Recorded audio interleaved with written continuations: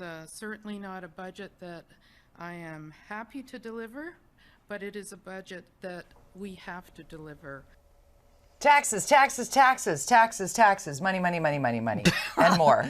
And an awkward conversation, some might say, for you, with your husband Norm being the chief of police for Surrey Police Services, embroiled in the controversy that Mayor Brenda Locke is speaking to there, because the tax increase that she's proposing to pay for the transition back? Is that what's happening? I'm so confused. Okay, Lynda. well, first of all, the Surrey mayor came out and said it was going to be a 55% tax hike, and that the Surrey police overrun was going to be $500 million over 5 years.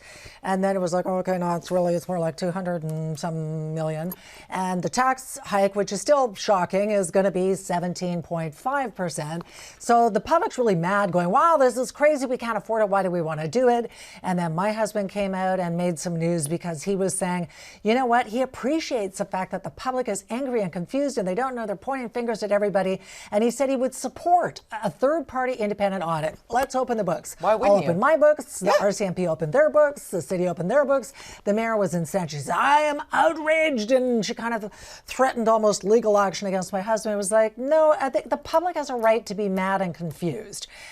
So I'm going to try to clear things up, and you can take it with a grain of salt, but I've lived this for a couple of years. And so I think that one of the things, Jody, that the public is really confused about is the narrative that the Surrey Police Service has bungled and mishandled this transition, and that's why it's costing taxpayers so much money. The one thing that has never actually been reported is that the RCMP plays a very big role in the cost overruns. For example, last year, the city staff, not the politicians, the city staff determined that the RCMP were directly responsible for $20 million in cost overruns for the transition, because they were delaying and roadblocking and not wanting to demobilize because they don't want to go. Right. I get that. I mean, everybody gets that. They are fighting for the survival of the RCMP, because if Surrey goes down, it's the first big domino that might mean the beginning of the end on the long run for RCMP in Canada.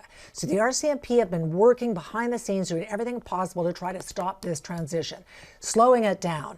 The way it's supposed to work is the Surrey Police Service would hire 50 officers, the RCMP would reassign 50 officers. They would hire 50, they would reassign 50. So the SPS was hiring, but the RCMP was not reassigning people. Right. So taxpayers were paying double bubble, so to speak. So when it comes to the dollars and cents, because I feel as I'm on the very outside looking in and watching this go along, and because we have seen our provincial government get involved here, and I was expecting, when we had David Eby, Premier David Eby here on the program, and we asked point blank, like, when is this coming? Because we had heard rumors that their decision was coming one way or another, even while he was here, and he's like, nope, end of the month, end of the month. That was January. Okay, well, here's the second thing that people are confused about. They're saying the darn province is taking too long, and the province is costing Surrey taxpayers money. Here's the thing. The province of BC is not responsible for the costs of the transition, and that is not even the thing they're concerned about. They have always said from the beginning, this is Surrey. Surrey make a decision, you eat all the costs, whether you want to stay with the RCMP, go with the SPS, whatever you want to do, you are fully responsible for the costs. The only thing the province cares about and is responsible for is public safety. And the stability of policing in British Columbia. And it would appear that the hitch here is that the city's plan to get rid of the SPS and stay with the RCMP had a bunch of holes in it. The province had to go back and say, well, wait a minute, we have a whole bunch more questions. The city only supplied those answers last Thursday. So that's why the province is not ready to decide yet. And remember, when they decided to go to the SPS in the first place, it took 6 months to create a transition plan. It was very comprehensive before the province signed off on it. So it's going to take months to unwind it and come up with a plan that province is satisfied with. And the problem that the province is concerned about is the Surrey RCMP now have about 500 officers left.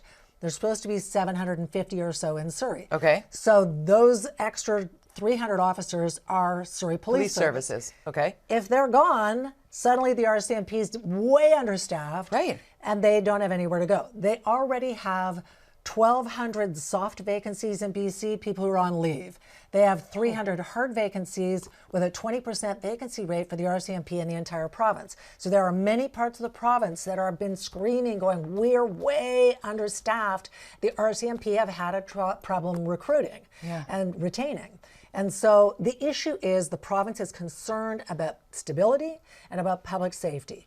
And they want to make sure that the plan makes sense. And that's what's taking so long. So that's the delay. But it's the balance, like with the the duplication of public safety I don't even know how to preface it, because all of these people working diligently under the umbrella of both. I mean, we have to acknowledge that it's a hard job, whether you're RCMP or Surrey Police Services. To serve and protect is a calling, right? Well, and I feel for the people on both sides of this equation, but extra so the ones who uprooted their lives and moved here on the promise of being part of the Surrey Police Services, and then we're tossed into limbo again, and here we are, like ongoing. One other thing I want to point out is people say the RCMP is way cheaper, and yes, it's true that having a municipal police service is more expensive, but the gap is really narrowing because the RCMP got a union, and last year they negotiated a 5-year contract that was retroactive to 2017,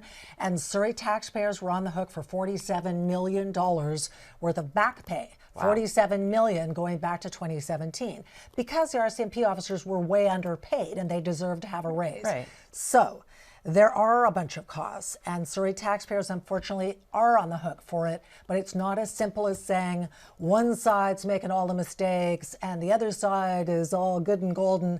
There's a complex situation here, and Brenda Locke should have known that it was not as simple as saying, I'm the new mayor and I'm just going to turn it around. And that's what it sounded like when she said that in her campaign. Something tells me you're going to be talking a lot about this moving forward. And I'm very proud of you for putting yourself out there, because some might say you have no business talking about it. I think you have every business to inform people about what's going on behind the scenes. Decision probably mid-March. Okay, we'll look forward to that. You should also look forward to what's coming up later in the show, because our show was mentioned in USA Today. What? Yeah, we're going to tell you why. Also, there's a whole lot of angst over artificial intelligence right now. Chatbots that can misinform and drive massive layoffs. AI is here. There's both concerns and benefits. Futurist Nick Badminton joins us next. Stay tuned for a fascinating conversation.